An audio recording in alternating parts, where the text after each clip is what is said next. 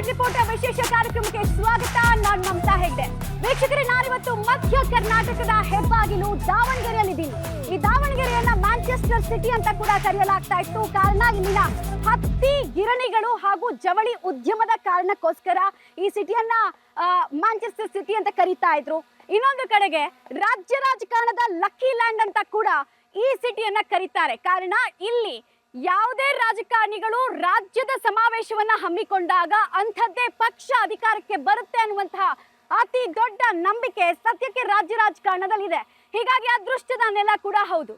ಹಾಗಾದ್ರೆ ಈ ದಾವಣಗೆರೆಗೆ ಸಂಬಂಧಪಟ್ಟಂತಹ ಇನ್ನಷ್ಟು ಮಾಹಿತಿಯನ್ನು ನಾವು ಕೆದಕಿದಾಗ ನಮಗ್ ಕಾಣಿಸಿದ್ದು ದಾವಣಗೆರೆ ಲೋಕಸಭಾ ಕ್ಷೇತ್ರ 3 ಜಿಲ್ಲೆಗಳ ಫ್ಲೇವರ್ಗಳನ್ನ ಒಳಗೊಂಡಿದೆ. ಚಿತ್ರದುರ್ಗದ ಕೆಲವು ತಾಲೂಕು, ಈ ಕಡೆ ಶಿವಮೊಗ್ಗದ ಹೊನ್ನಾಳಿ ಹಾಗೂ ಚನ್ನಗಿರಿಯ ತಾಲೂಕು, ಜೊತೆಗೆ ಅವಿಭಜಿತ ಬಳ್ಳಾರಿಯ ಹರಪನಹಳ್ಳಿಯ ತಾಲೂಕು ಕೂಡ ಒಳಗೊಂಡಿರೋದ್ರಿಂದ ಸಾಕಷ್ಟು ಕುತೂಹಲಕ್ಕೆ ಈ ಕ್ಷೇತ್ರ ಕಾರಣ ಆಗುತ್ತೆ. ಆಮೇಲೆ ಇಲ್ಲಿ ಏನೇ ರಿಸಲ್ಟ್ ಬಂದ್ರು ಅದು ಮಧ್ಯ ಕರ್ನಾಟಕದ ಚುನಾವಣೆಯ ರಿಸಲ್ಟ್ ನ ಪ್ರತಿಬಿಂಬ ಅಂತಾನೆ ಕರೀತಾರೆ. ಸೊ ಇಲ್ಲಿ ಈ ಸಲ ನಿಂತಿರೋದು ಕಾಂಗ್ರೆಸ್ನಿಂದ ಪ್ರಭಾ ಮಲ್ಲಿಕಾರ್ಜುನ್, ಈ ಕಡೆ ಬಿಜೆಪಿಯಿಂದ ನಿಂತಿರೋದು ಗಾಯತ್ರಿ ಸಿದ್ದೇಶ್ವರ್. ಇಬ್ಬರಲ್ಲಿ ಯಾರ ಪರವಾಗಿ ಒಲವು? ಈ ಕುಟುಂಬದ ಅಂದ್ರೆ 3 ದಶಕ 2 ಕುಟುಂಬದ ಜಿದ್ದಾಜಿದ್ದಿಯಲ್ಲಿ ಗೃಹಲಕ್ಷ್ಮಿಯರ ಪೈಕಿ ವಿಜಯಲಕ್ಷ್ಮಿ ಯಾರು ತಗೊಂಡು ಹೋಗ್ತಾರೆ ಅನ್ನೋ ಪ್ರಶ್ನೆಗೆ ಉತ್ತರ ಕಂಡುಕೊಳ್ಳುವಂತಹ ಸಮಯ.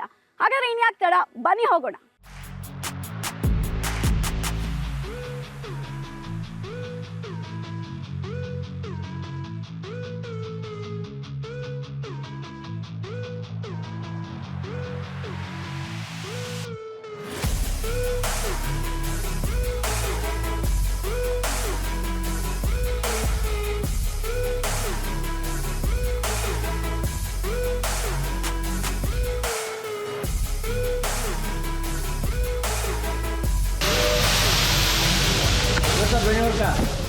ದಾವಣಗೆರೆ ಬಿಸಿ ಬಿಸಿ ದೋಸೆ ಬಾ ಅಂತ ಕರಿತಾ ಇದೆ. ಸೊ ದೋಸೆ ತಿಂತಾ ಅದಕ್ಕೂ ಮುಂಚೆ ಒಂದಷ್ಟು ದಾವಣಗೆರೆ ಜನ ಇದ್ದಾರೆ, ಅವ್ರನ್ನ ಮಾತಾಡ್ಸೋಣ, ಅವ್ರು ಏನ್ ಹೇಳ್ತಾರೆ ಅಂತ ಹೇಳಿ. ಯಾರನ್ನ ಗೆಲ್ಸಕ್ ಪ್ಲಾನ್ ಹಾಕೊಂಡಿದ್ದಾರೆ ಅಂತ ಕೂಡ ನೋಡೋಣ. ಸರ್ ನಮಸ್ಕಾರ. ನಮಸ್ಕಾರ, ಹೇಳ್ರಿ. ಯಾರನ್ನ ಗೆಲ್ಲಿಸ್ಬೇಕಂತ ಅನ್ಕೊಂಡಿದ್ದೀರಾ ನೀವು? ಬಿಜೆಪಿ ಅವರು. ಬಿಜೆಪಿ ಅವ್ರನ್ನ ಯಾಕೆ? ಅವರು ಒಳ್ಳೆ ಸರ್ಕಾರ ನಡೆಸ್ತಾರೆ. ಪಿ ಎಂ ಮೋದಿ ಅವರು ಅದಾರಲ್ಲ, ಅವರು ನಮ್ಮ ದೇಶನ ಉದ್ಧಾರ ಮಾಡಕತ್ತಾರ ಹೊರತು ಏನು ಹಾಳು ಮಾಡ್ತಾ ಇಲ್ಲ. ಇವರು ಕಾಂಗ್ರೆಸ್ ಗೌರ್ಮೆಂಟ್ನವ್ರು ಏನು ಮಾಡ್ತಾರೆ ಅಂದ್ರೆ, ಇವರು ಗ್ಯಾರಂಟಿ ಯೋಜನೆ ಕೊಟ್ಟು ಎಲ್ಲ ದೇಶನೆಲ್ಲ ಅಡ ಇಡ್ತಾರೆ ಅವರು. ಸರ್ ನಿಮಗ್ ಸಿಕ್ಕಿಲ್ಲ ಗ್ಯಾರಂಟಿ ಯೋಜನೆ, ಬರೀ ಬಸ್ಸಲ್ಲಿ ಓಡಾಡಕ್ ಆಗ್ತಾ ಇಲ್ಲ ಅಂತ. ಹೆಣ್ಮಕ್ಳು ಎಷ್ಟೇ ಕೊಡಿದ್ರೆ ಗಂಡಸ್ರು ಯಾರು ಓಟ್ ಹಾಕಿಲ್ಲ ಅವ್ರಿಗೆ. ಓಟ್ ಹಾಕಿದೀವಿಲ್ಲ ನಾವು. ಸಿಟ್ಟು ನಿಮ್ಗೆ ಈಗ ಅದಕ್ಕೆ ಸರ್ಕಾರ? ಸಿಟ್ಟಂತಲ್ಲ, ಇವರು ಕಾಂಗ್ರೆಸ್ ಗೌರ್ಮೆಂಟ್ನವ್ರು ಯಾವುದೇ ರೀತಿ ಒಳ್ಳೆ ಕೆಲಸಗಳು ಮಾಡಿಲ್ಲ. ಸೊ ಈ ಸಲ ಹಂಗಾರೆ ಗಾಯತ್ರಿ ಸಿದ್ದೇಶ್ವರ್ ಅವ್ರನ್ನ ಗೆಲ್ಲಿಸ್ತೀರಾ? ಗೆಲ್ಲಿಸ್ರು, ಕಾಯಂ ಗೆಲ್ಲಿಸ್ತಾರೆ. ಅದಕ್ಕೇನ ಬಿಜೆಪಿಯಿಂದ ಯಾರೇ ನಿಂತ್ಕೊಂಡ್ರು ಅವ್ರನ್ನ ಗೆಲ್ಲಿಸ್ತಾರೆ. ಸೊ ಇಲ್ಲಿ ಅಭ್ಯರ್ಥಿಗಿಂತ ಪಕ್ಷ ಇಂಪಾರ್ಟೆಂಟ್. ಪಕ್ಷ ಇಂಪಾರ್ಟೆಂಟ್. ಆಮೇಲೆ ಮೋದಿ ಮೇಲೆ PM ಆಗ್ಲೇಬೇಕು, ನಮಗೆ ಆಗ್ಲೇಬೇಕಂತ ಇದ್ದಾರೆ. ಸೊ ಹಾಗಾದ್ರೆ ನೋಡೋಣ ಇನ್ನುಳಿದವ್ರು ಏನ್ ಹೇಳ್ತಾರೆ ಅಂತ ಹೇಳ್ಬಿಟ್ಟು. ಸಾಹೇಬ್ರೆ ನಮಸ್ಕಾರ. ನಮಸ್ಕಾರ. ಯಾರನ್ನ ಗೆಲ್ಸ್ಬೇಕಂತ ಇದೀರಾ ಈ ಸಲ?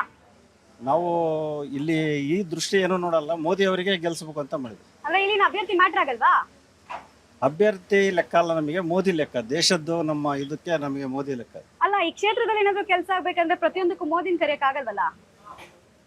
ಅದು ಬೇರೆ MLAಗಳು ಅವರು ಇವರು ಅಭಿವೃದ್ಧಿ ಮಾಡ್ತಾರೆ, ಅದು ಕೇಂದ್ರ ಸರ್ಕಾರದ ಕೆಲಸ ಬರಂತೆ ಬರುತ್ತೆ.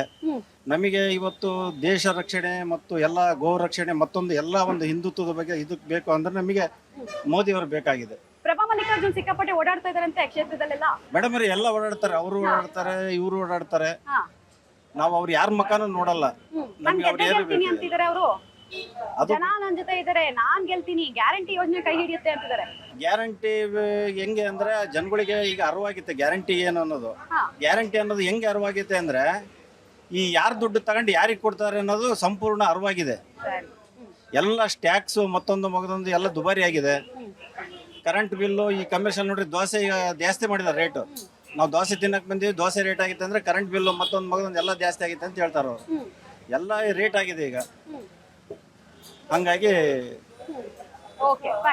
ಸೊ ಮೋದಿ ಅಲೆ ಬಗ್ಗೆ ಮಾತಾಡ್ತಾ ಇದಾರೆ. ಮೋದಿನೇ ಇಂಪಾರ್ಟೆಂಟ್, ಕೇಂದ್ರದ ನಾಯಕತ್ವಕ್ಕೋಸ್ಕರ ನಾನು ವೋಟ್ ಮಾಡ್ತೀನಿ ಈ ಸಲ ಅಂತ ಹೇಳ್ತಾ ಇದಾರೆ. ಉಳಿದವ್ರ ರಿಯಾಕ್ಷನ್ ಕೂಡ ಬನ್ನಿ ನೋಡ್ಕೊಂಡು ಬರೋಣ.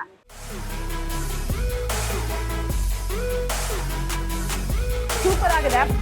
ಬೆಣ್ಣೆ ದೋಸೆಯಷ್ಟೇ ಅದ್ಭುತವಾಗಿ ಜನ ಇಲ್ಲಿನ ಲೋಕಸಭಾ ಚುನಾವಣೆಗೆ ತೀರ್ಪು ಕೊಡ್ತಾರಾ ಅನ್ನೋದು ಕುತೂಹಲ ನನಗೆ. ಈ ಬೆಣ್ಣೆ ದೋಸೆ ಬಗ್ಗೆ ಹೇಳ್ಬೇಕಂದ್ರೆ ದಾವಣಗೆರೆಯ ಆಲ್ಮೋಸ್ಟ್ 50% ನಷ್ಟು ವರ್ತಕರು ಬೆಣ್ಣೆ ದೋಸೆ ಕುರಿತಂತೆ ಹೇಳೋದು ಕೋಟ್ಯಾಂತರ ರೂಪಾಯಿ ಬಿಸ್ನೆಸ್ ನಮಗೆ ಇದೇ ಬೆಣ್ಣೆ ದೋಸೆ ಮತ್ತೆ ಇದಕ್ಕಿರುವಂತಹ ಡಿಮ್ಯಾಂಡ್ ನಿಂದಲೇ ಆಗ್ತಾ ಇದೆ, ನಮ್ಮ ಜೀವನ ಸಮೃದ್ಧವಾಗಿದೆ ಅಂತ ಹೇಳ್ತಾ ಇರ್ತಾರೆ. ಅಷ್ಟರ ಮಟ್ಟಿಗೆ ಪಾಪ್ಯುಲಾರಿಟಿಯನ್ನ ದಾವಣಗೆರೆಯ ಕಿರೀಟದ ರೀತಿ ಬೆಣ್ಣೆ ದೋಸೆ ಇರೋದು ಕಾಣಿಸ್ತಾ ಇದೆ ನಮ್ಗೆ. ಸೊ ಬೆಣ್ಣೆ ದೋಸೆ ಜೊತೆಗೆ ರಾಜಕಾರಣದ ಬಗ್ಗೆ ಇನ್ನಷ್ಟು ಮಾತಾಡ್ತಾ ಹೋಗ್ತೀನಿ. ಇನ್ನೊಂದಷ್ಟು ಜನನ ಕೇಳೋಣ, ಯಾಕೆ ಅವರು ಅಭ್ಯರ್ಥಿನ ಗೆಲ್ಲಿಸ್ಬೇಕಂತ ಇದ್ದಾರೆ, ಯಾಕೆ ಸೋಲಿಸ್ಬೇಕಂತಿದ್ದಾರೆ, ಮತ್ತೆ ರೇಣುಕಾಚಾರ್ಯ ಅವ್ರ ಕತೆ ಏನು, ಕಾಂಗ್ರೆಸ್ನ ಬಂಡಾಯ ನಾಯಕ ವಿನಯ್ ಕುಮಾರ್ ಅವ್ರ ಕತೆ ಏನು ಅಂತ ಬನ್ನಿ ನೋಡ್ತಾ ಹೋಗೋಣ. ಸಾಹೇಬ್ರಿ ನಮಸ್ಕಾರ. ಹೇಳ್ರಿ. ಈಗ ಯಾರನ್ನ ಗೆಲ್ಸ್ಬೇಕಂತ ಇದ್ದೀರಾ ನೀವು? ನಮ್ದು ಕಾಂಗ್ರೆಸ್ ರೀ. ಕಾಂಗ್ರೆಸ್ ಯಾಕೆ? ನಮ್ದು ಪಕ್ಕಾ ಕಾಂಗ್ರೆಸ್ ನಮ್ಮ ತಂದಿಂದನ ಬಂದೈತಿ ಕಾಂಗ್ರೆಸ್ ಮಾಡಿ. ಹೌದಾ? ಈ ಗ್ಯಾರಂಟಿ ಯೋಜನೆಗಳೆಲ್ಲ ಸಿಕ್ಕಿದೆ ನಿಮ್ಗೆ? ನೋಡ್ರಿ ಎಲ್ಲ ಸಿಕ್ಕತಿ. ಎಲ್ಲ ಸಿಕ್ಕಿದೆ. ಎಲ್ಲ ಸೊ ಖುಷಿ ಆಗ್ಬಿಟ್ಟಿದ್ದೀರಾ? ಖುಷಿ ಆಯ್ತು. ಖುಷಿಯಿಂದ ಜೈ ಅನ್ಬಿಡ್ತೀರಾ ಕಾಂಗ್ರೆಸ್ಗೆ? ಕಾಂಗ್ರೆಸ್ ಪಕ್ಕ ನಮ್ದ್ರಿ. ದಾವಣಗೆರೆಯಲ್ಲಿ ಟ್ರೆಂಡ್ ಏನ್ ಹೇಳ್ತಾ ಇದೆ, ಯಾವ ಅಭ್ಯರ್ಥಿಯ ಪರವಾಗಿ ಅಲೆ ಇದೆ ಅನ್ನೋದನ್ನ ತಿಳಿಯೋ ಪ್ರಯತ್ನವನ್ನ ನಾನು ಪ್ರಾಮಾಣಿಕವಾಗಿ ಮಾಡ್ತಾ ಇದ್ದೀನಿ. ಸೊ ನೀವ್ ಹೇಳಿ ಸರ್, ಯಾರ್ ಗೆಲ್ಬೇಕು, ಯಾರನ್ನ ಗೆಲ್ಲಿಸ್ಬೇಕಂತ ಅನ್ಕೊಂಡಿದ್ದೀರಾ ನೀವು ಈ ಸಲ? ಈ ಸಲ ನಾವು ಕಾಂಗ್ರೆಸ್ ತರಬೇಕಂತ ಇದ್ವಿ, ತರಬೇಕಂತ ನಮ್ಮ ಮನಸ್ಸಿದೆ. ಕಾರಣ ಇಷ್ಟೇ, ಪಾರ್ಲಿಮೆಂಟ್ ನಲ್ಲಿ ಇಷ್ಟು ವರ್ಷ ಬರೀ ಮೋದಿ ಮಾತು ಅಮಿತ್ ಶಾ ಮಾತು ಕೇಳಿದೇವೆ ವಿನಃ ಯಾವ ಒಬ್ಬ ಪಾರ್ಲಿಮೆಂಟ್ ಸದಸ್ಯರ ಮಾತು ನಾವು ಇದುವರೆಗೂ ಕೇಳಿಲ್ಲ. ಸೊ ಹಂಗಾಗಿ ಪಾರ್ಲಿಮೆಂಟ್ ನಲ್ಲಿ ಬಡವರು ಧ್ವನಿಯಾಗಿ ಇವ್ರು ಮಾತಾಡ್ತಾರೋ ಒಂದು ನಂಬಿಕೆಯಿಂದ ನಾವು ಇವ್ರಿಗೆ ಓಟ್ ಹಾಕ್ಬೇಕಂತ ಮಾಡಿದೆ ಮೇಡಮ್. ಗ್ಯಾರಂಟಿ ಯೋಜನೆಗಳೆಲ್ಲ ಇಲ್ಲಿ ವರ್ಕೌಟ್ ಆಗಿದೆ ಅಂತನಾ? ಆಗಿದೆ ಮೇಡಮ್, ಖಂಡಿತ ಆಗಿದೆ. ಕಾಂಗ್ರೆಸ್ ಇಂದ ತುಂಬಾ ಅನುಕೂಲ ಆಗಿದೆ. ಸೊ ಹಂಗಾಗಿ ನಾವು ಇವರಿಗೆ ಓಟ್ ಹಾಕ್ಬೇಕಂತ ಆಸೆ. ಆಯ್ತು, ನಮಸ್ಕಾರ ಸರ್. ಯಾರನ್ನ ಗೆಲ್ಸ್ಬೇಕು ಅನ್ಕೊಂಡಿದ್ದೀರಾ? ನಮ್ ದಾವಣಗೆರೆಯಲ್ಲಿ ಈ ಸರಿ ವಿನಯ್ ಕುಮಾರ್ ಗೆಲ್ಸ್ಬೇಕು ಅನ್ಕೊಂಡಿದ್ವಿ ಮೇಡಮ್. ಪಕ್ಷೇತರ ನಿಮ್ಮ ಮತ, ಸ್ವಾಭಿಮಾನದ ಪಕ್ಷೇತರ ಅಭ್ಯರ್ಥಿಗ? ಹೌದು ಮೇಡಮ್. ಯಾಕೆ ಅವ್ರನ್ನ ಯಾಕಂದ್ರೆ ಗೆಲ್ಸ್ಬೇಕು? ಮೇಡಮ್ ನಾವು ಈಗ ಕಾಂಗ್ರೆಸ್ ಪಕ್ಷ, ನಾವು ಕಟ್ಟರ್ ಕಾಂಗ್ರೆಸ್. ನೀವು ಕಟ್ಟರ್ ಕಾಂಗ್ರೆಸ್ ಈಗ ಅಂದ್ರೆ ನಿಮ್ಮ ಆಯ್ಕೆ ಪ್ರಭಾ ಮಲ್ಲಿಕಾರ್ಜುನ್ ತಾನೆ? ಅಂದ್ರೆ ಮೇಡಮ್ ಏನ್ ಗೊತ್ತಾ, ಕಟ್ಟರ್ ಕಾಂಗ್ರೆಸ್, ಬಟ್ ವಿನಯ್ ಕುಮಾರ್ ಅವರು ಈ ಕ್ಷೇತ್ರಾದ್ಯಂತ ವಿನಯ್ ಕುಮಾರ್ ಹೆಸರಿತ್ತು ಮೇಡಮ್. ಅದು ಒಲವು ವಿನಯ್ ಕುಮಾರ್ ಕಡೆಗೆ ಇದೆ, ಬಟ್ ಏನೋ ಅವ್ರಿಗೆ ಟಿಕೆಟ್ ಸಿಗ್ಲಿಲ್ಲ. ಆಗಬಿಟ್ಟು ಅವರು ಪಕ್ಷೇತರ ಅಭ್ಯರ್ಥಿಯಾಗಿ ಸ್ಪರ್ಧಿಸು ಅಂತ ಹೇಳ್ತಿದ್ದಾರೆ. ನಾವು ಅವರಿಗೆ ಸಪೋರ್ಟ್ ಮಾಡ್ಬೇಕಂತ ಇದೀವಿ. ನೋಡೋಣ, ಇನ್ನೊಬ್ರು ಇದಾರೆ, ಮಾತಾಡ್ಸೋಣ. ನೀವ್ ಯಾರಿಗೆ ಓಟ್ ಹಾಕ್ಬೇಕಂತಿದ್ರೆ ಯಾಕೆ? ಮೇಡಮ್ ನಮ್ದು ಆಕ್ಚುಲಿ ಚನ್ನಗಿರಿ ತಾಲೂಕು. ನಾವು ಮೊದ್ಲಿಂದನೂ ಕಾಂಗ್ರೆಸ್ ಪಕ್ಷಕ್ಕೆ ನಾವು ಸಪೋರ್ಟ್ ಮಾಡ್ತಿರೋದು. ಬಟ್ ಈ ಸಲ ನಾವು ಪಕ್ಷ ನೋಡಲ್ಲ, ನಾವು ಪಕ್ಷದಿಂದ ಹೊರಗಿಟ್ಟರು ಕೂಡ ನಮಗೆ ಈ ಸಲ ದಾವಣಗೆರೆಯಲ್ಲಿ ವಿನಯ್ ಕುಮಾರ್ ಅಂತ ಪಕ್ಷೇತರ ಅಭ್ಯರ್ಥಿಯಾಗಿ ಹೊರಹೊಮ್ಮಿದ್ದಾರೆ. ನಮ್ಮ ಸಪೋರ್ಟ್ ವಿನಯ್ ಕುಮಾರ್ಗೆ. ಸೊ ಯಾರನ್ನ ಗೆಲ್ಲಿಸ್ಬೇಕು ಅನ್ಕೊಂಡಿದ್ದೀರಾ ದಾವಣಗೆರೆಯಲ್ಲಿ? ದಾವಣಗೆರೆಯಲ್ಲಿ ಬಿಜೆಪಿನ ಕಾಂಗ್ರೆಸ್? ಬಿಜೆಪಿನ. ನೀವು? ಬಿಜೆಪಿನ. ಸೆಂಟ್ರಲ್ ಅಲ್ಲಿ? Central BJP. ಬಿಜೆಪಿ. ಮೋದಿ ಅವ್ರು ಏನ್ ಮಾಡಿದ್ದಾರೆ ಅಂತ? ಅವರು ಪ್ರತಿಯೊಂದು ಒಳ್ಳೆ ಕೆಲಸಗಳೇ ಮಾಡ್ತಿದ್ದಾರೆ ಇದರಲ್ಲಿ. ಈಗ ಆಯ್ತಲ್ಲ, 2 ಸಲ ಅವಕಾಶ ಕೊಟ್ರಿ, ಈಗ 3ನೇ ಸಲ ಯಾಕೆ ಅಂತ? ಕೊಡೋಣ, ಏನಾಗುತ್ತೆ, ಈಗ ಹೆಂಗೋ ಮಾಡ್ತಾರೆ. ರಾಹುಲ್ ಗಾಂಧಿ ಯೂತ್ ಅಂತ ಅನ್ಕೊಂಡ್ ಬರ್ತಾರಲ್ಲ, ನಂಬಿಡ್ರಿ. ಇಲ್ಲ ಮೇಡಮ್, ಅವ್ರಿಗಿಂತ ಮೋದಿ ಏನೋ ಒಳ್ಳೆ ಕೆಲಸಗಳು ಮಾಡ್ತಿದ್ದಾರೆ ದೇಶಕ್ಕೆ, ಹಂಗಾಗಿ. ಸೊ ನೀವು ಚೇಂಜ್ ಮಾಡಲ್ಲ, ಸೆಂಟ್ರಲ್ಲು ಮತ್ತೆ ಸ್ಟೇಟ್ ಅಲ್ಲೂ ಕೂಡ ಒಬ್ಬರನ್ನೇ ಆಯ್ಕೆ ಮಾಡ್ತೀರಾ ಅಂತ. ನೀವ್ ಹೇಳಿ, ಮೋದಿ ಅವ್ರದ್ದು ಯಾವ ಕೆಲಸ ನಿಮ್ಗೆ ತುಂಬಾ ಇಷ್ಟ ಆಯ್ತು, ವೋಟ್ ಮಾಡ್ಬೇಕು ಅನ್ಸ್ತು? ಡೆವಲಪ್ಮೆಂಟ್ ಅಲ್ಲಿ ಯಾವ್ದಾದ್ರು ಎಕ್ಸಾಂಪಲ್ ಕೊಡ್ಬೋದಾ? ಮೋದಿ ಅವ್ರು ಬಂದು ಇದು ಚೇಂಜ್ ಮಾಡಿದ್ರು ಅಂತ. ಜಲೋತ್ಸವ ಸೊ ಅದರಿಂದ ಲಾಭ ಆಯ್ತು. ಲಾಭ ಆಗಿದೆ. ಫಸ್ಟ್ ಟೈಮ್ ವೋಟರ್ಸ್ ನೀವು? ಅಲ್ಲ, ಸೆಕೆಂಡ್ ಟೈಮ್. ಲಾಸ್ಟ್ ಟೈಮು ಬಿಜೆಪಿಗೆ ಹಾಕಿದ್ರಾ? ಈ ಸಲನು ಬಿಜೆಪಿ, ಪಕ್ಕಾ ಬಿಜೆಪಿ, ಕಟ್ಟರ್ ಬಿಜೆಪಿ. ಕಾಂಗ್ರೆಸ್ನವ್ರು ಯಾರಾದ್ರು ಬಂದು ಕೇಳಿದ್ರೆ ಹಂಗೆ ಈಗ ಹೆಂಗ ಇದಕ್ಕೆ ಇದೀವಲ್ಲ ಆಲ್ರೆಡಿ ಬಿಜೆಪಿಲಿ. ಸರಿ, ಸೊ ಹಾಕಲ್ಲ ಅನ್ಬಿಡ್ತೀರಾ? ಇಲ್ಲ. ಆಯ್ತು, ಸರಿ. ಈಗ ಒಬ್ರು ಸಾಹೇಬ್ರು ನಮ್ ಜೊತೆಗಿದ್ದಾರೆ, ಮಾತಾಡ್ಸೋಣ. ಯಾರನ್ನ ಗೆಲ್ಸ್ಬೇಕಂತ ಇದೀರಾ ದಾವಣಗೆರೆಯಲ್ಲಿ? ದಾವಣಗೆರೆಯಿಂದ ಗಾಯತ್ರಿ ಸಿದ್ದೇಶ್ವರ್. ಯಾಕೆ? ನಾವು ಮೋದಿ ನೋಡಿ ಓಟ್ ಹಾಕ್ತಾವ್ರಿ. ಅಭ್ಯರ್ಥಿ ಏನ್ ಮ್ಯಾಟರ್ ಆಗಲ್ಲ. ಅಭ್ಯರ್ಥಿಗಿಂತ ನಮಗೆ ದೇಶ ರಕ್ಷಣೆ ಬೇಕು, ದೇಶಕ್ಕಾಗಿ ನಮಗೆ ಮೋದಿ ಬೇಕು. ಈಗ ಕ್ಷೇತ್ರದ ರಕ್ಷಣೆನೂ ಇಂಪಾರ್ಟೆಂಟ್ ತಾನೆ? ಅವ್ರು ಅಭಿವೃದ್ಧಿ ಮಾಡ್ತಾ ಇದಾರೆ. ಸೊ ಸಿದ್ದೇಶ್ವರ್ ಅವರು ಅಭಿವೃದ್ಧಿ ಮಾಡಿದ್ದಾರೆ, ಫ್ಲೈಓವರ್ ಮಾಡಿದ್ದಾರೆ, ಸ್ಮಾರ್ಟ್ ಸಿಟಿ ಮಾಡಿದ್ದಾರೆ, ತುಂಬಾ ಮಾಡಿದ್ದಾರೆ ಅವರು. ಅಲ್ಲ, ಈಗ 20 ವರ್ಷದಿಂದ ಇವ್ರಿಗೆ ಅವಕಾಶ ಕೊಟ್ಟಿದ್ದೀರಾ ಸಿದ್ದೇಶ್ವರ್ ಅವ್ರಿಗೆ. ಒಂದ್ಸಲ ಪ್ರಭಾ ಮಲ್ಲಿಕಾರ್ಜುನ್ ಕೊಟ್ಟು ನೋಡಿ. ಬೇಡ, ಅವರು ಈಗ ಆಲ್ರೆಡಿ ಇಬ್ಬರು ಇದಾರೆ. ಒಬ್ಬ ಮಂತ್ರಿ ಆಗಿದ್ದಾರೆ, ಒಬ್ಬ MLA ಇದ್ದಾರೆ. ಸಾಕು, ಅವ್ರಿಗೆ ಒಂದ್ ಮನೆಯಲ್ಲಿ ಇಬ್ಬರು ಇದ್ದಾರೆ. ಸಾಕು, ಅವ್ರ ಹತ್ರ ಅಧಿಕಾರ ಇದೆ, ಸಾಕು. ಆಮೇಲೆ ನಮಗೆ ಇಲ್ಲಿ ಏನಿದೆ ಅಂದ್ರೆ, ದೇಶ ಅಂತ ಬಂದ್ರೆ ನಮಗೆ ಮೋದಿ ಬೇಕು. ಗ್ಯಾರಂಟಿ ಸಿಕ್ಕಿದ್ಯಾ? ನಮಗೆ ಗ್ಯಾರಂಟಿ ಲೆಕ್ಕ ಅಲ್ಲ, ಗ್ಯಾರಂಟಿ ಕೊಡ್ಲೇಬಾರ್ದು. ಆಕ್ಚುಲಿ ನಿಮಗ್ ಬೇಡ, ದುಡಿಬೇಕು, ತಿನ್ಬೇಕು. ನಿಮ್ ಮನೆಯವ್ರಿಗೆಲ್ಲ ಬಂತ ದುಡ್ಡು? ಬೇಡ ಬೇಡ ಬೇಡ ಬೇಡ. ಯಾಕಂದ್ರೆ ಅಭಿವೃದ್ಧಿ ಆಗ್ಬೇಕಂದ್ರೆ ಗ್ಯಾರಂಟಿಗಳು ಯಾವ್ದು ಕೊಡಬಾರ್ದು. ದುಡ್ಡು ತಿನ್ಬೇಕು, ದುಡಿಮೆಗೆ ಅದನ್ನ ಅಭಿವೃದ್ಧಿಗೆ ಹಾಕ್ಬೇಕು. Okay, fine. ಇನ್ನೊಂದಷ್ಟು ಜನ ಇದಾರೆ, ಮಾತಾಡ್ಸೋಣ. ಸರ್, ಯಾರನ್ನ ಗೆಲ್ಲಿಸ್ಬೇಕು ಅನ್ಕೊಂಡಿದೀರಾ? ಮೇಡಮ್, ಯಾರು ಇವು ಮೋದಿ ಅಂದ್ವಿ, 10 ವರ್ಷ 12 ವರ್ಷ ಗ್ಯಾಪ್ ಬಿಟ್ವಿ. ಮೋದಿ ಪಾಡು ಹೊಸ ಮಕ್ಕ ಏನಾರ ಒಂದು 10 ವರ್ಷದಲ್ಲಿ ಅಭಿವೃದ್ಧಿ ಮಾಡ್ಬೋದು ಅಂತ ಭಾಳ ಇಟ್ಟಿದ್ವಿ. ಏನೋ ನಮ್ಮದು ಇಲ್ಲಿ ದಾವಣಗೆರೆ ಜಿಲ್ಲೆ ಸ್ಮಾರ್ಟ್ ಸಿಟಿ ಆಕೈತಿ, ಎಲ್ಲ ಇಳಿತೈತಿ ಅಂತ ಭಾಳ ಆಸೆ ಪಟ್ಟಿದ್ವಿ. ಕೆಲವು ಈ ಸತಿ ನೋಡ್ರಿ, ಮೊನ್ನೆ ಏನೋ ಈಗ ಗ್ಯಾರಂಟಿ ಅಂತಲ್ಲ, ಇವರು ಕಾಂಗ್ರೆಸ್ನವ್ರು ಮೊನ್ನೆ ಹೇಳಿದೆವು 3-4 ಗ್ಯಾರಂಟಿ ಆಲ್ರೆಡಿ 4 ಗ್ಯಾರಂಟಿ ಹೇಳ್ದೇವ್ ಮಾಡಿದ್ರು ಮೇಡಮ್. ಇವ್ರು ಅದೇ ಪ್ರಧಾನಿ ಹೇಳ್ದೇವ್ ಯಾರ ದುಡ್ಡು ಅಕೌಂಟಿಗೆ ಹಾಕ್ತಾರಂದ್ರೆ ಹಾಕಿದ್ರ. ಇವ್ರು ಸಿದ್ದರಾಮಯ್ಯ ಮೊನ್ನೆ ಹೇಳ್ದೇವ್ 3-4 ಜಾರಿ ಮಾಡಿದ್ರ, ಹಿಂದೆನೂ ಮಾಡಿದ್ರ, ಹೌದಲ್ಲ? ಈಗ ಅದೇ ತರ ನಡ್ಕೋಬೇಕು. ಇವ್ರು ಪ್ರಧಾನಿ ಆದರು, ನಾವು ಹಿಂದೆ ನಿಮಗೆ ಕಾಂಗ್ರೆಸ್ನ ಗೆಲ್ಸ್ತೀರಾ? ನಾವು ಕಾಂಗ್ರೆಸ್ಸಿಗೆ ಮತ್ತೆ ನಾವು ಓಟ್ ಹಾಕೋದ್ ನಿಜ. ಯಾಕಂದ್ರೆ ಪ್ರಧಾನಿ ಅವಕಾಶ ಕೊಟ್ಟಿದ್ವಿ, ಆಗ್ಲಿಲ್ಲ ಅವಕಾಶ. ಪ್ರಧಾನಿಗೆ 10 ವರ್ಷ ನೋಡಿದ್ವಿ, ಇದೊಂದು ಇಷ್ಟೇ ಅನ್ನೋದು ಗೊತ್ತಾಯ್ತು. ಈ ಸತಿ ನಾನು ಕಾಂಗ್ರೆಸ್ಸಿಗೆ ಸಪೋರ್ಟ್. ಸರಿ ಸರಿ, ಖುಷಿ ಇದೆ. ಮತ್ತೊಬ್ರು ಮೇಡಮ್ ಇದ್ದಾರೆ, ಮಾತಾಡ್ಸೋಣ. ಮೇಡಮ್, ಯಾರನ್ನ ಈ ಸಲ ದೆಹಲಿಯ ಗದ್ದುಗೆಯಲ್ಲಿ ಕೂರಿಸ್ಬೇಕು ಅಂತ ಅನ್ಕೊಂಡಿದ್ದೀರಾ? ಈಗ ಯಾರು ನಡ್ಕೊಂಡ್ ಬರ್ತಾ ಇದಾರೋ ಅವರೇ ಈ ದೇಶನ ಮತ್ತೆ ಆಳ್ಬೇಕು ಅಂತಂದೇಳಿ ಮೋದಿ ಅವ್ರಿಗೆ ಹಾಕ್ತೀರಾ ಓಟ್ನ? ಅಂದ್ರೆ ಅವ್ರ ನೇತೃತ್ವದಲ್ಲಿ, ಅವ್ರ ನಾಯಕತ್ವದಲ್ಲಿ ನಮ್ಮ ದೇಶ ಇಷ್ಟು ಮಟ್ಟಿಗೆ ಮುಂದೆ ತಂದಿದ್ದಾರೆ. ಪ್ರತಿಯೊಂದು ಯಾವ ದೇಶ ಮೂಲೆಗಳಲ್ಲೂ, ಪ್ರಪಂಚದ ಮೂಲೆಗಳಲ್ಲೂ ನಮ್ಮ ಭಾರತ ದೇಶ ಯಾವುದು ಅನ್ನೋದನ್ನ ಗುರುತಿಸ್ಕೊಟ್ಟಿದ್ದಾರೆ. ಹಾಗಾಗಿ ಪ್ರತಿಯೊಂದು ಕ್ಷೇತ್ರದಲ್ಲೂ ಕೂಡ ಎಲ್ಲಾ ರೀತಿಲೂ ಮುಂದೆ ತರುವಂತ ಪ್ರಯತ್ನ ಅವರಲ್ಲಿ ನಡೀತಾ ಇದೆ.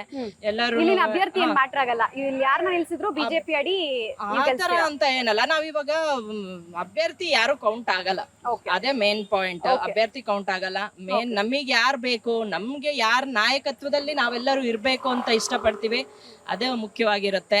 ಅವ್ರ ನಾಯಕತ್ವದಲ್ಲಿ ಇದ್ರೆ ನಮ್ಮ ದೇಶನೂ ಉದ್ಧಾರ ಆಗುತ್ತೆ, ನಾವು ಉದ್ಧಾರ ಆಗ್ತೀವಿ ಅನ್ನೋದು ಮನ್ಸಲ್ಲಿ ಇರ್ಬೇಕು ಎಲ್ಲರಿಗೂ. ಈಗಿನ ಯುವ ಜನತೆ, ಯುವ ಪೀಳಿಗೆಗಳಿಗೆ ಕೂಡ ತುಂಬಾ ಯೋಚನೆ ಮಾಡಿ ಮತದಾನ ಮಾಡ್ಬೇಕು. ಒಳ್ಳೆ ಮೆಸೇಜ್ ಅನ್ನು ಕೊಟ್ರಿ, ತುಂಬಾ ಚೆನ್ನಾಗಿ ಮಾತಾಡಿದ್ರಿ. ಈಗ ಇನ್ನೊಂದಷ್ಟು ಯೂತ್ಸ್ ಇದಾರೆ ಇಲ್ಲಿ, ಬನ್ನಿ ಮಾತಾಡ್ಸೋಣ. ನಾನು ಆಗ್ಲೇ ಹೇಳ್ತಾ ಇದ್ದೆ, ತುಂಬಾ ಇಂಪಾರ್ಟೆಂಟ್ ಯುವಕರ ಪ್ರತಿಯೊಂದು ವೋಟ್ ಕೂಡ. ಸೊ ವೋಟ್ ಮಾಡಿದ್ರಾ ಹಿಂದೆ ಅಥವಾ ಇದು ಫಸ್ಟ್ ಟೈಮ್? ಇಲ್ಲ, ವೋಟ್ ಮಾಡಿದ್ರಾ? ಯಾರಿಗೆ ವೋಟ್ ಮಾಡಿದ್ರಿ ಲಾಸ್ಟ್ ಟೈಮ್?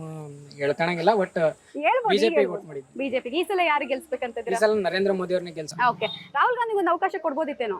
ರಾಹುಲ್ ಗಾಂಧಿ ಅವಕಾಶ ಕೊಡೋಕ್ಕಿಂತ ಈಗ ನಾವು ಅವಕಾಶ 2 ಸಲ ಮೋದಿ ಕೊಟ್ಟಿದ್ವಿ, ಬಟ್ 2 ಸಲ ಅವಕಾಶ ನಮಗೆ ಕರೆಕ್ಟ್ ಆಗಿ ವಾಪಸ್ ಸಿಕ್ಕತಿ. ಅದು ಏನ್ ವೋಟ್ ಹಾಕಿದ್ವಿ ಆ ವೋಟಿಗೆ ಕರೆಕ್ಟ್ ತಕ್ಕಂತ ಕೆಲಸ ಸಿಕ್ಕತಿ. ಈಗ ಜಾಗತಿಕ ಮಟ್ಟದಲ್ಲಿ ಇಂಡಿಯಾ ಅಂದ್ರೆ ಒಂದ್ ಟೈಮಲ್ಲಿ ಯಾವ ತರ ನೋಡ್ತಿದ್ವಿ, ಇಂಡಿಯಾ ಅಂದ್ರೆ ಎಷ್ಟು ಕೆಳಮಟ್ಟದಾಗಿತ್ತು. ಈಗ ಅದೇ ಇಂಡಿಯಾ ಅಂತಂದ್ರೆ ಜಾಗತಿಕ ಮಟ್ಟದಲ್ಲಿ ನರೇಂದ್ರ ಮೋದಿ ಇಂಡಿಯಾ ಅಂತಂದ್ರೆ ಒಂದು ದೊಡ್ಡ ಹೆಸರಾಗಿತ್ತು. ಸೊ ಒಂದ್ ರೆವಲ್ಯೂಷನ್ ತಂದಿದ್ದಾರೆ, ಹಿಂಗಾಗಿ ಅವ್ರಿಗೆ ವೋಟು ಅಂತ. ನೀವ್ ಯಾರಿಗೆ ಹಾಕ್ಬೇಕಂತ? ರಾಹುಲ್ ಗಾಂಧಿ ಆಗ್ಬೇಕಂತ. ರಾಹುಲ್ ಗಾಂಧಿ ಅವ್ರಿಗೆ ಯಾಕೆ? ನೋಡ್ರಿ, ಬಿಜೆಪಿಗೆ ಅವಕಾಶ ಕೊಟ್ಟಿದ್ವಿ, 2 ಸಲ ಕೊಟ್ಟಿದ್ದೀವಿ. ಅವ್ರು ಡಿಜಿಟಲ್ ಇಂಡಿಯಾ ತಂದಿದ್ದಾರೆ, ನಾವು ಇಲ್ಲ ಅಂತ ಹೇಳಲ್ಲ. ಬಡವರಿಗೆ ಏನಾಗಿದೆ ಅಂದ್ರೆ, ಈಗ ಹಾಲು 40 ರೂಪಾಯಿ ಸಿಗ್ತಿತ್ತು, ಈಗ 52 ರೂಪಾಯಿ ಆಗೈತಿ. ಅದು ಯಾರಿಗ್ ಬೇಕ್ರಿ? ಅದ 1 ಲೀಟರ್ ಹಾಲು 10 ರೂಪಾಯಿಗೆ ಸಿಗ್ತಿತ್ತ, 42 ರೂಪಾಯಿ, ಈಗ 52 ರೂಪಾಯಿ ಆಗೈತಿ. ಅದು ಯಾರಿಗ್ರಿ? GST ಯಾರಿಗ್ ಬೇಕು? ಅವ್ರಿಗೆ ತಾನೆ. ಫಸ್ಟಿಗೆ ನಡೀತಿದ್ದಿಲ್ಲ ದೇಶ, ಈಗಷ್ಟೇ ನಡೀತಿರೋದ? ಫಸ್ಟಿಗೆ ನಡೀತಿದ್ದಿಲ್ಲ ದೇಶ. ಅಲ್ಲ, ಫಸ್ಟ್ ನಾವು ನೋಡ್ತಿದ್ದ ರೀತಿ ಬೇರೆ, ಆರ್ಥಿಕ ಶಕ್ತಿ ನಾವು 11ನೇ ಸ್ಥಾನದಲ್ಲಿ ಇದ್ವಿ, ಈಗ 5ನೇ ಸ್ಥಾನದಲ್ಲಿ ಇದೀವಿ. ಮುಂದೆ ಅದು ಯಾರಿಗ್ ಬೇಕ್ರಿ? ಬಡವ್ರಿಗೆ ತಿಂದು ನಾವು ಮೇಲ್ ಬರ್ದಿ, ಅದು ಎದಕ್ ಬೇಕ್ರಿ? ನಾವು ಎಲ್ಲರನ್ನು ಸಮವಾಗಿ ತಗೋಬೇಕು. ಬಡವರು ಒಂದೇ, ಶ್ರೀಮಂತರು ಒಂದೇ ಆಗ್ಬೇಕು. ಬಡವರಿಗೆ ದೊಡ್ಡ ಇದು.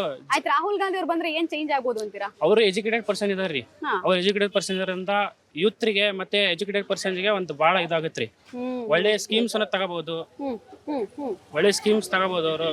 ಅಲ್ಲ, ನೀವು ಸರಿ, ನೀವ್ ಹೇಳೋದೆಲ್ಲ ನಾನು ಒಪ್ಕೋತೀನಿ. ಆದ್ರೆ ಬಿಜೆಪಿ ಅವರು 400 ಸೀಟು ನಮ್ದು ಗುರಿ ಅಂತ ಹೇಳ್ಕೊಂಡು ಓಡಾಡ್ತಾ ಇದ್ದಾರೆ. ಕಾಂಗ್ರೆಸ್ ಅವರು 100 ಸೀಟು ಅಂತಾನು ಹೇಳ್ತಾ ಇಲ್ಲ ವೀಕ್ಷಕರೇ. ಅದೇ ನನ್ ಡೌಟ್ ಆಗ್ತಾ ಇರೋದು ಇಲ್ಲಿ. ಅದನ್ನ ಏನಂತೀರಾ? ನಿಮ್ ಕಾನ್ಫಿಡೆನ್ಸ್ ಇರಲ್ಲ ಗೆಲ್ಲೋದಕ್ಕೆ ಕಾಂಗ್ರೆಸ್ ಪಾರ್ಟಿಗೆ? ನಾವು ಕಾನ್ಫಿಡೆನ್ಸ್ ಐತ್ರಿ. ಅದು ಏನಾಗೈತೆ ಅಂದ್ರ ಬಿಜೆಪಿ ಆಗೈತ್ರಿ. ಈಗ ಕಾಂಗ್ರೆಸ್ಸಿಗೆ ಹಾಕಲ್ರಿ, JDS ಅರ್ಧ, ಕಾಂಗ್ರೆಸ್ ಅರ್ಧ ಎಲ್ಲ ಸೆಪರೇಟ್ ಆಗಿ ಬೀಳ್ತಾವ್ರಿ.